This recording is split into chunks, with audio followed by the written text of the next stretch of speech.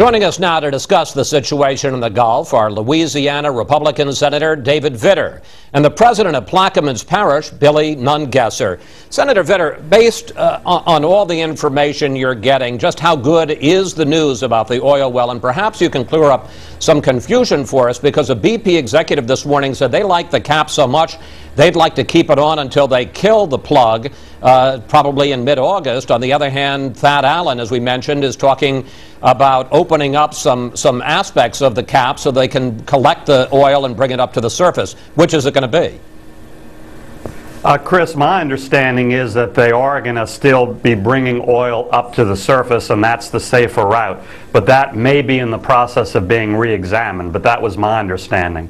This is obviously big, big news, and hopefully it's going to hold, and hopefully it will mean we're really turning the corner in terms of the ongoing flow.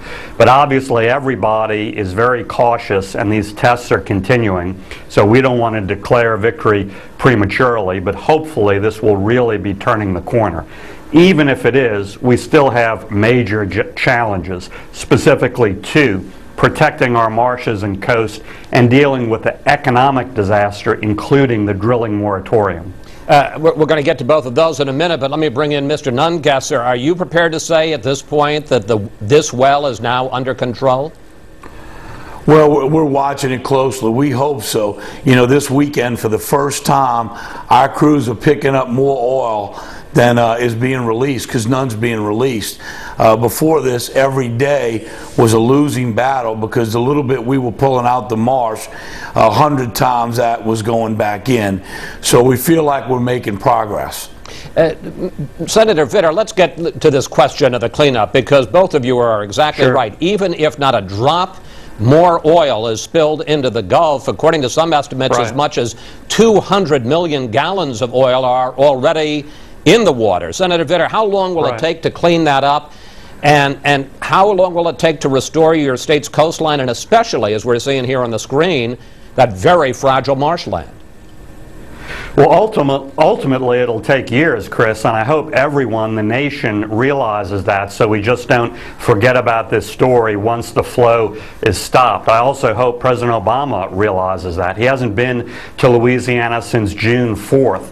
I'm afraid he's decided to deal with this issue, at least politically, by not coming back here and trying to move it off the front page rather than dealing with the situation forcefully.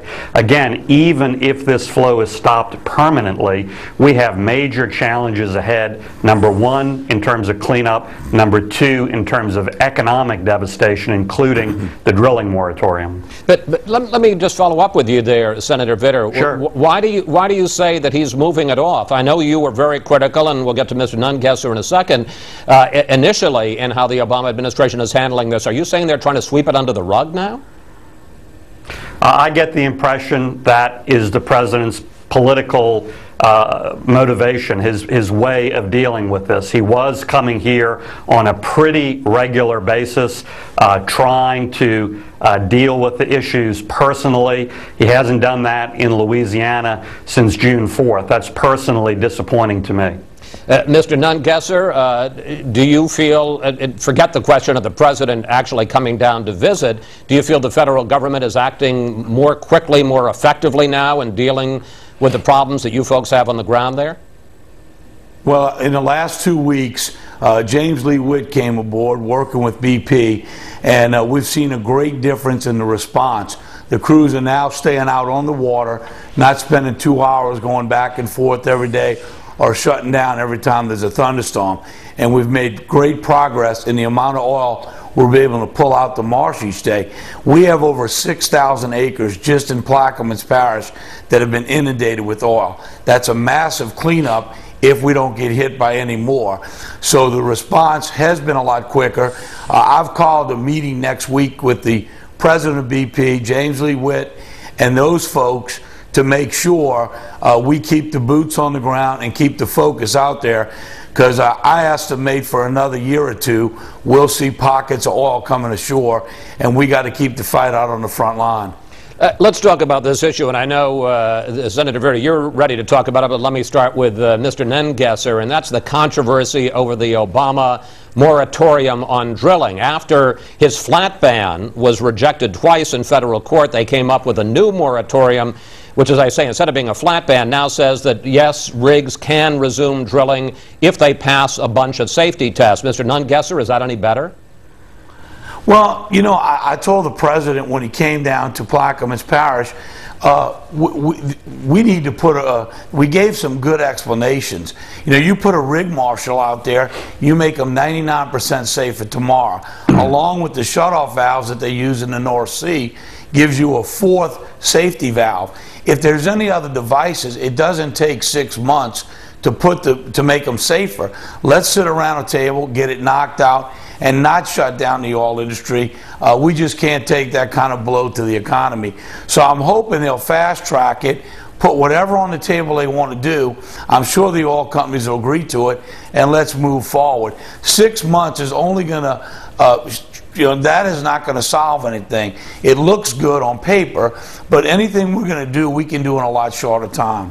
Senator Vitter, what impact, economic impact, has the moratorium already had on the Gulf? And if it were to continue for several more months, what effect would it have on jobs and wages in your region?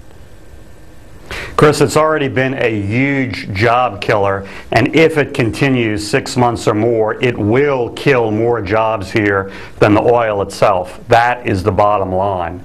And this isn't a switch you can turn off and then turn on 6 months and a day. These huge structures are already moving out of the Gulf to Brazil, to West Africa, to elsewhere. So this could be a long-term economic hit to the Gulf and the country, and a long-term hit to our energy and national security. I'm really, really concerned about this moratorium issue. How many jobs are we talking about here? Oh, I think when you put everything together, you're talking about 140,000 jobs plus. That hasn't materialized yet, but it's quickly beginning to. But Senator, and we had David Axelrod right here on the set Sure. exactly a week ago, and I asked him this very question, and he said, look, this is the worst environmental catastrophe in the history of this country. We can't start drilling until we are assured that these companies, one, have fail-safe mechanisms, and then two, if everything goes wrong, that they can respond and prevent another disaster. I mean, that does have a certain logic to it, doesn't it? Well, Chris, it is the worst environmental disaster. That doesn't mean we have to make it a doubly bad economic disaster. I agree completely with Billy. We can do things right now that dramatically increase the safety measures, and that will absolutely prevent what BP did, which was reckless to begin with, from ever happening again. If we put our minds to it and come together, we can do that now, not in 6 months or a year or 18 months. For the good of jobs, for the good of the nation's energy and national security, I think we need to do that. You know, Chris, when a airliner goes down and potentially, in some cases, hundreds of people are killed, that's horrible, that's tragic. But we don't ground every plane the next day until the complete NTSB investigation is completed 6 months later. Senator we Vitter, don't do that. We never do that, and we shouldn't. Senator Vitter, real quickly, because we're beginning to run out of time, is there something Sure. you're going to try to do? I know that they're not doing very well in federal court, but is there something you're going to try to do in the Senate and Congress to block these moratoria?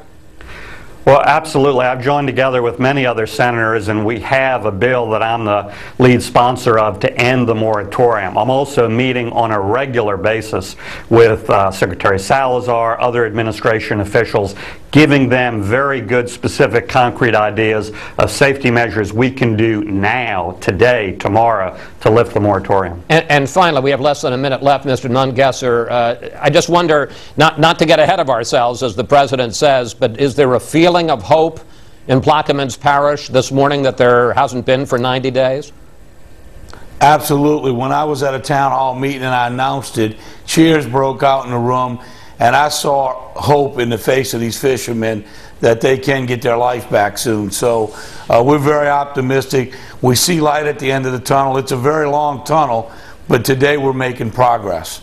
This is Nungesser, Senator Vitter. We're going to have to leave it there. We want to thank you both so much for talking with us, and I speak for everyone Chris. when I say good luck with the oil spill. Thank you, Chris.